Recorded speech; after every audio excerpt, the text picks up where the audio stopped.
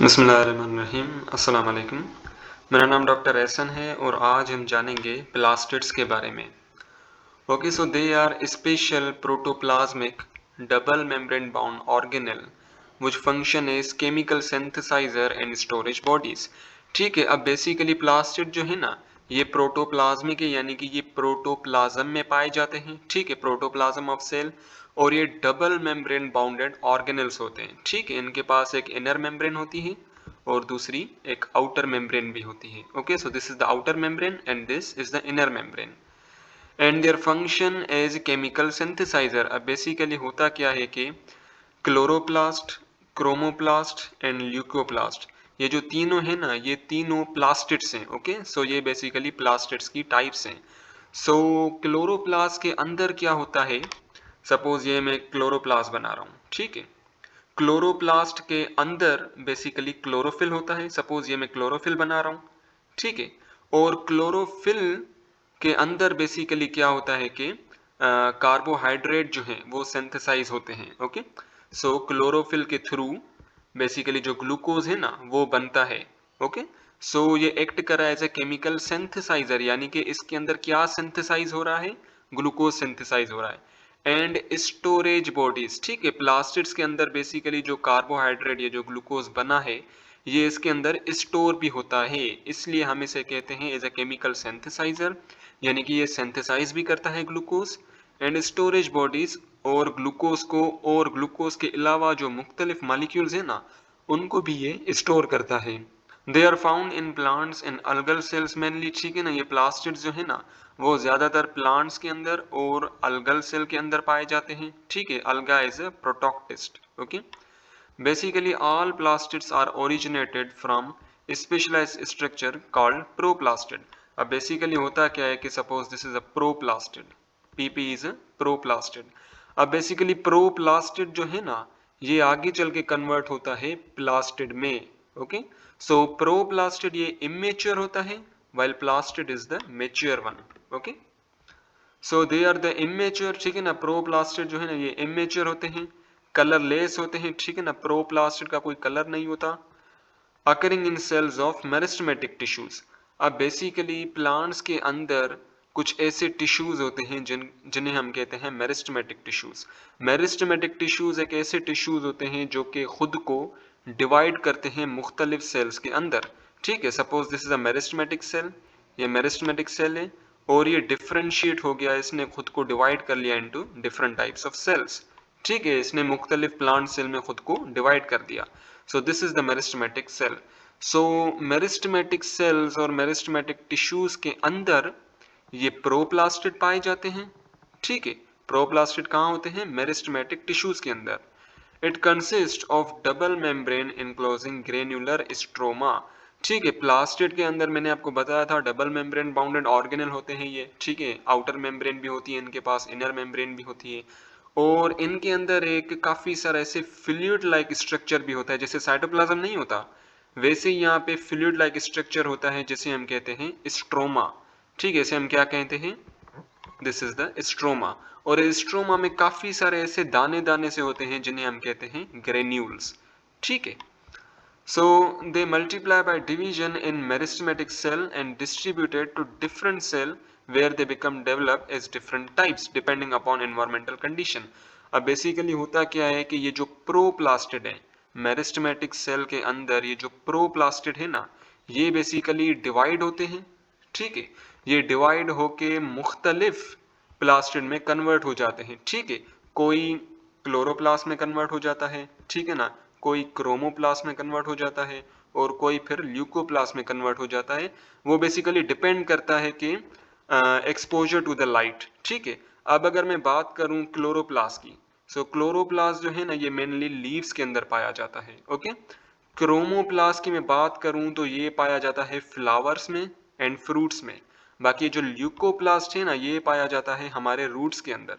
अब basically roots जो है ना वो तो जमीन के अंदर होते हैं। ठीक है, वहां पे तो सनलाइट रीच नहीं करती, तो ऐसे एरिया जहां पे एक्सपोजर टू द लाइट यानी कि सनलाइट मौजूद इतनी ना हो, तो वहां पे उस एरिया पे जो मेरिस्टेमेटिक टिश्यूज हैं वो बेसिकली डिवाइड हो जाते हैं मुख्तलिफ सेल के अंदर, और उन सेल के अंदर जो प्लास्टिड्स होंगे ना वो ल्यूकोप्लास्ट होंगे।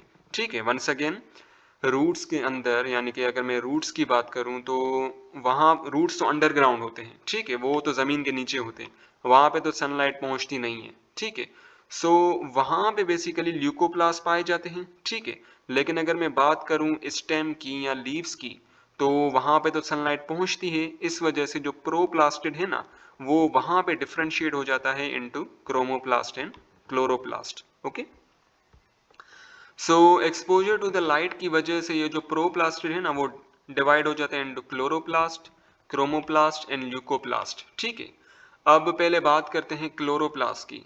सो क्लोरोज यानी कि green, while plast means living. So chloroplast जो है ना ये मोस्ट कॉमन टाइप है प्लास्टिड का। ठीक है ना, सबसे ज्यादा जो कॉमन टाइप है that is the chloroplast containing chlorophyll. ठीक है, अब बेसिकली क्लोरोप्लास्ट जो है ना इसके अंदर क्लोरोफिल मौजूद होता है।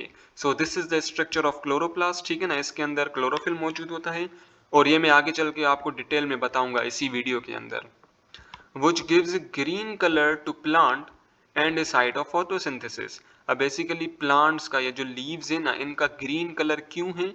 Just because of the chlorophyll. ठीक है, क्लोरोफिल इटसेल्फ जो है इसका ग्रीन कलर होता है, जिसकी वजह से जो लीव्स होते हैं ना उनका ग्रीन कलर होता है। ओके, और इस क्लोरोफिल के अंदर बेसिकली क्या होता है कि फोटोसिंथेसिस का प्रोसेस होता है। अब फोटोसिंथेसिस के प्रोसेस में क्या होता है कि कार्बन डाइऑक्साइड, ठीक है, और वाटर, कार्बन डाइऑक्साइड और वाटर आपस में मिलते हैं, ये आपस में से ऐड होते हैं और सनलाइट भी होगी यहाँ पे। ठीक है, सनलाइट के थ्रू ये कन्वर्ट होते हैं ग्लूकोज के अंदर। ओके, फोटोसिंथेसिस यानी कि क्लोरोफिल के अंदर, क्लोरोफिल की मौजूदगी में कार्बन डाइऑक्साइड और वाटर, ठीक है, आपस में कंबाइन हो और वो ग्लूकोज बनाए। और एक चीज यहाँ पे ये भी जरूरी है कि सनलाइट का होना भी बहुत ज्यादा जरूरी है। Okay, so this is a sunlight. So then we have the chromoplast। ठीक है, chromo means color। It is a type of plastid which contain different pigments except chlorophyll। ठीक है, अब बेसिकली ये ऐसे टाइप के प्लास्टिड हैं जो मुख्तलिफ पिगमेंट जो है ना, मुख्तलिफ कलर वो कंटेन करते हैं। ठीक है, क्लोरोप्लास्ट के अंदर मुख्तलिफ कलर्स होते हैं, मुख्तलिफ पिगमेंट्स होते हैं, जैसे कि xanthophyll it is a yellow coloured pigment, carotene it is the orange color pigment। okay, the chromoplasts are responsible for the various color combination in flowers, fruits and other color part except green। ठीक है, अब basically chloroplast है ना इनके अंदर green colour मौजूद नहीं होता। ठीक है, ग्रीन कलर, ग्रीन पिगमेंट जो है ना वो क्लोरोप्लास्ट में मौजूद होता है। ठीक है, that is the chlorophyll। ठीक है, chlorophyll is a green color containing pigment। अब बेसिकली जो फ्लावर्स है ना, फ्लावर्स हो गए, फ्रूट्स हो गए, ठीक है ना, अब इनका मुख्तलिफ मुख्तलिफ कलर होता है। ठीक है, जैसे फ्लावर्स का कलर होता है, फ्रूट का भी अपना कलर होता है, तो इनका जो कलर है ना just because of the chromoplast की वजह से है। ओके, इन क्रोमोप्लास्ट की वजह से फ्लावर का भी कलर होता है, फ्रूट का भी कलर होता है। ठीक है, लेकिन एक चीज आपने ध्यान में रखनी है कि क्रोमोप्लास्ट के अंदर बस ग्रीन कलर, ग्रीन पिगमेंट जो है ना वो मौजूद नहीं होता। ठीक है, क्लोरोफिल मौजूद नहीं होता and chlorophyll is a green pigment. The chloroplast after losing their green pigment में कन्वर्ट इनटू क्रोमोप्लास्ट। ठीक है, अब क्लोरोप्लास्ट जो है ना जब उसके अंदर से वो क्लोरोफिल चला जाता है, क्लोरोफिल उसमें से जब खत्म हो जाता है तब क्लोरोप्लास्ट क्रोमोप्लास्ट में कन्वर्ट हो जाता है। ठीक है, and chromoplast helps in pollination. अब बेसिकली पोलिनेशन हम कहते हैं कि सबसे पहले आपको फ्लावर समझना पड़ेगा। ठीक है, अब बेसिकली फ्लावर्स में काफ़ी सारे से पेटल्स होते हैं। ठीक है, और फ्लावर में बेसिकली एक मेल रिप्रोडक्टिव पार्ट होता है। ठीक है, और एक फीमेल रिप्रोडक्टिव पार्ट होता है। ठीक है, सो दिस इज अ पेटल। ठीक है ना, पेटल वो जो कलरफुल कंपोनेंट होता है फ्लावर का, and this is the male reproductive part, male reproductive part. ठीक है, जिसे हम एंथर कहते हैं। ओके, सो जिसे हम एंथर कहते हैं, and this is the female reproductive part, female reproductive part जिसे हम स्टिग्मा कहते हैं। ओके, जिसे हम स्टिग्मा कहते हैं। अब बेसिकली होता क्या है कि मेल रिप्रोडक्टिव पार्ट यानी कि एंथर, यहाँ पे काफी सारे पोलन ग्रेन्स होते हैं। ठीक है, क्या होते हैं? These are the pollen, these are the pollen grains. ठीक है, यहाँ पे बेसिकली पोलन ग्रेन्स होते हैं। अब बेसिकली हमें पता है कि फ्लावर का जो है ना वो मुख्तलिफ कलर होता है, जिसकी वजह से क्या होता है कि मुख्तलिफ एनिमल्स जो है ना वो फ्लावर की तरफ अट्रैक्ट होते हैं, ठीक है, इन्हें सूंघते हैं, और जिसकी वजह से क्या होता है कि ये जो पोलन ग्रेन्स है ना वो यहाँ से यहाँ ट्रांसफर हो जाते हैं, ठीक है, यानी कि मेल रिप्रोडक्टिव पार्ट से फीमेल रिप्रोडक्टिव पार्ट में ट्रांसफर हो जाते हैं। सो पोलिनेशन हम इससे ही कहते हैं कि जब पोलन ग्रेन्स एंथर से स्टिग्मा में ट्रांसफर होना, तो इसे हम पोलिनेशन कहते हैं, ठीक है। अब हमें पता है कि फ्लावर का मुख्तलिफ कलर होता है, जिसकी वजह से इंसेक्ट्स या मुख्तलिफ जानदार जो है ना वो फ्लावर की तरफ अट्रैक्ट होते हैं, ठीक है। इवन हम ह्यूमन बींग्स जो है ना वो भी फ्लावर की तरफ अट्रैक्ट होते हैं। जब भी फ्लावर सामने आता है तो हम उनको देखते हैं, हम इंजॉय करते हैं, ओके।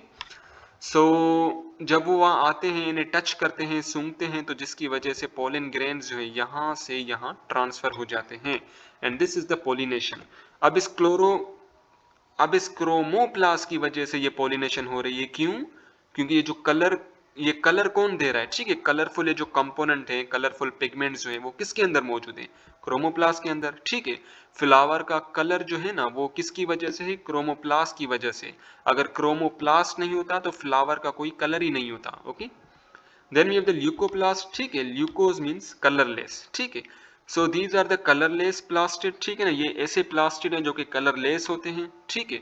और ये which usually develop in the absence of light. मैंने आपको बताया था कि ल्यूकोप्लास्ट जो है ना वो रूट्स के अंदर मौजूद होते हैं, और हमें पता है कि रूट तक जो है ना वो सनलाइट पहुंच ही नहीं पाती।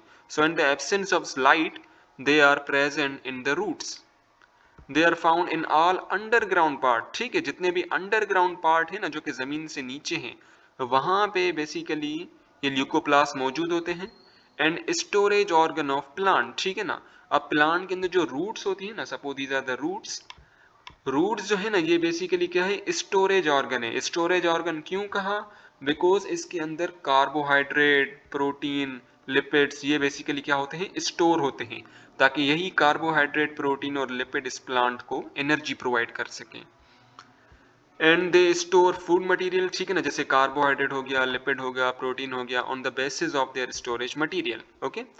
दे are further classified into amyloplast, ठीक है।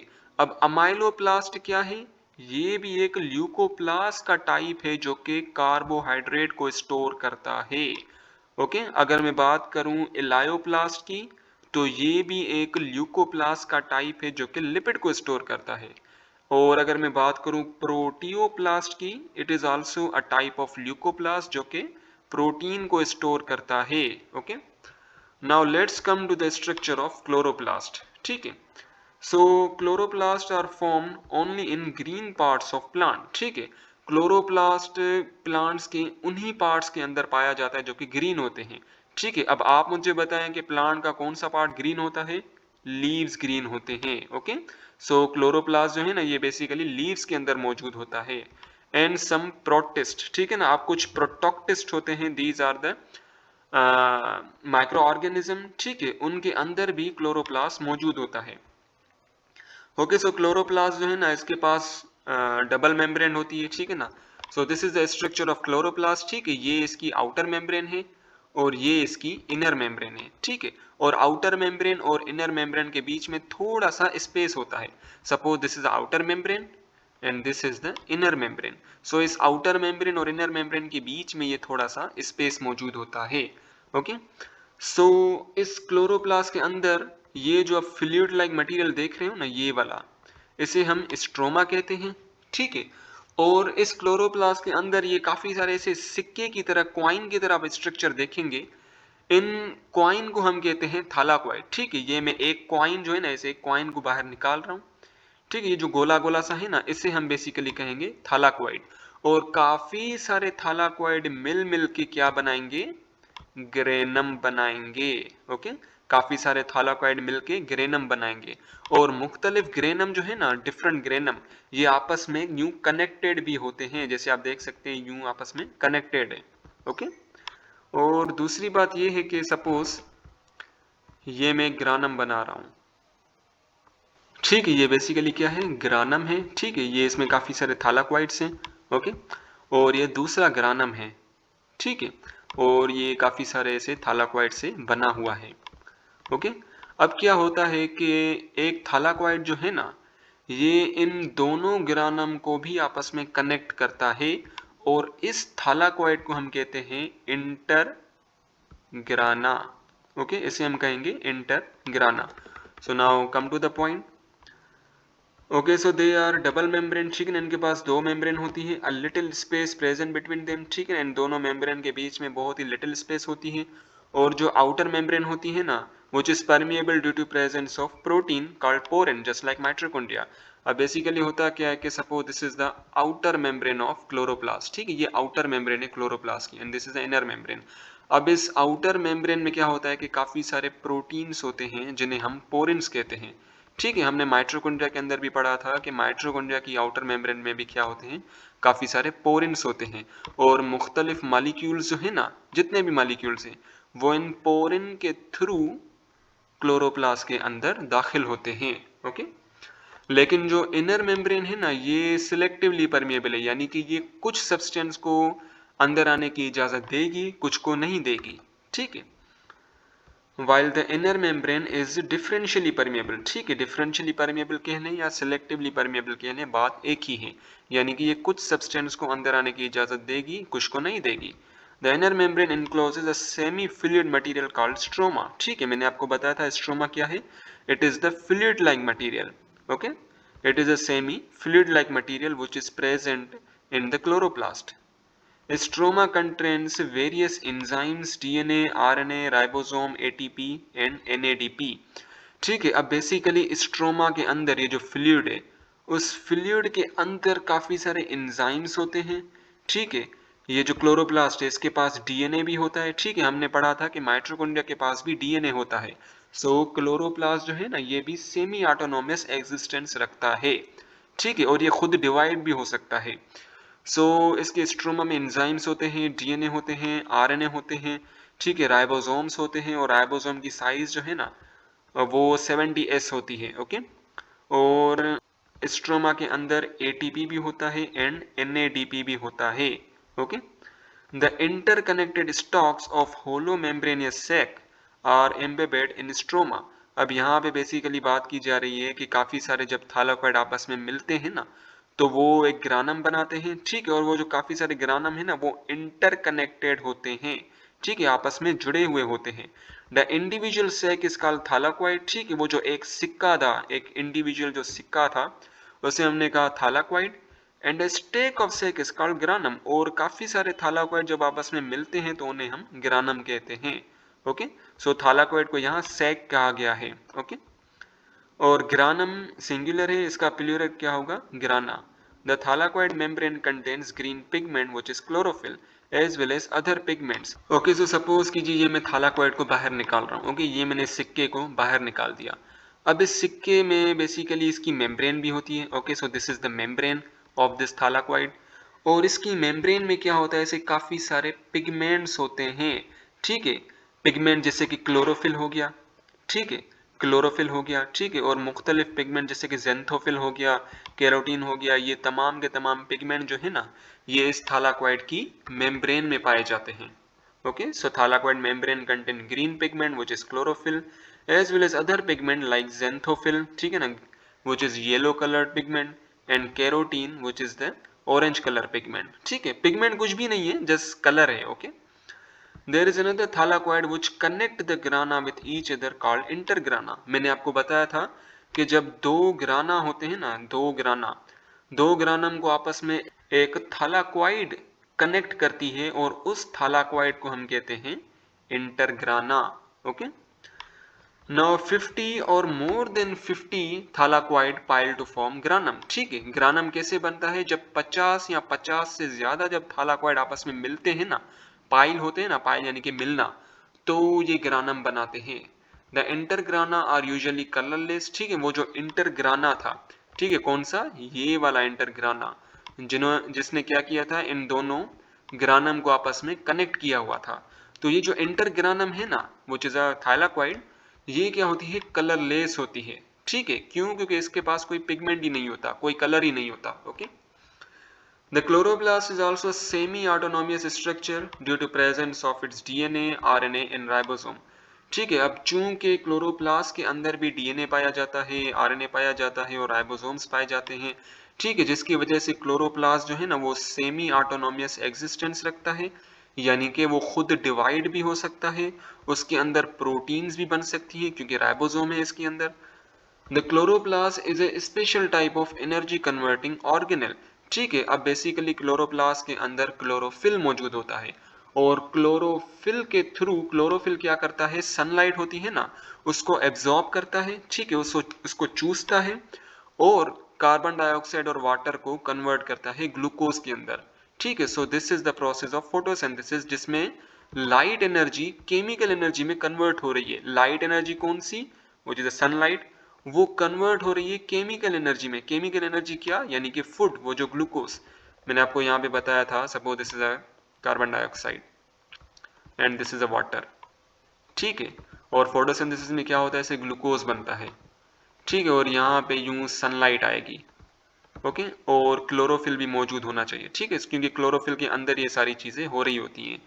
सो बेसिकली ये जो लाइट एनर्जी है ना, लाइट एनर्जी इस केमिकल एनर्जी में कन्वर्ट हो रही है। ठीक है, क्योंकि अगर सनलाइट नहीं होती तो ये ग्लूकोज ना बनता। ठीक है, तो इस वजह से हम कह सकते हैं कि लाइट एनर्जी केमिकल एनर्जी में कन्वर्ट हो रही है। Okay, and chemical energy is food. Okay, so ये वाला जो पैराग्राफ है ना, ये पूरा पैराग्राफ ये आपको तब अच्छे से समझ में आएगा जब आप लाइट डिपेंडेंट रिएक्शन जो है ना, चैप्टर नंबर 4 में मैं आपको लाइट डिपेंडेंट रिएक्शन पढ़ाऊंगा, तो वो जब आप पढ़ेंगे ना फिर ये पैराग्राफ जो है ना ये आपको अच्छे से समझ में आएगा। So, during photosynthesis, chlorophyll capture energy of sunlight and transfer it to other molecules in the thylakoid membrane. अब बेसिकली क्लोरोफिल जो है फोटोसिंथेसिस के दौरान इस्तेमाल होता है। ठीक है, और ये बेसिकली सनलाइट को कैप्चर करता है। ठीक है, और क्लोरोफिल के अंदर बेसिकली इस थालाकॉइड मेम्ब्रेन में, सपोज ये मैंने बनाया है थालाकॉइड मेम्ब्रेन। ठीक है, अब यहाँ पे क्या होता है कि काफी सारे इलेक्ट्रॉन कैरियर्स होते हैं। ठीक है, यहाँ पे क्या होते हैं, काफी सारे इलेक्ट्रॉन कैरियर्स होते हैं। इलेक्ट्रॉन यहाँ से यहाँ जाएगा, ठीक है, फिर ये इलेक्ट्रॉन यहाँ से यहाँ जाएंगे, फिर इलेक्ट्रॉन यहाँ से यहाँ जाएंगे, फिर इलेक्ट्रॉन यहाँ से यहाँ जाएंगे। ठीक है, जिसके नतीजे में क्या होगा कि अल्टीमेटली एटीपी भी प्रोड्यूस होगी। ठीक है, एटीपी भी प्रोड्यूस होगी और वो जो है हमारा ग्लूकोज उसकी भी सिंथेसिस होगी।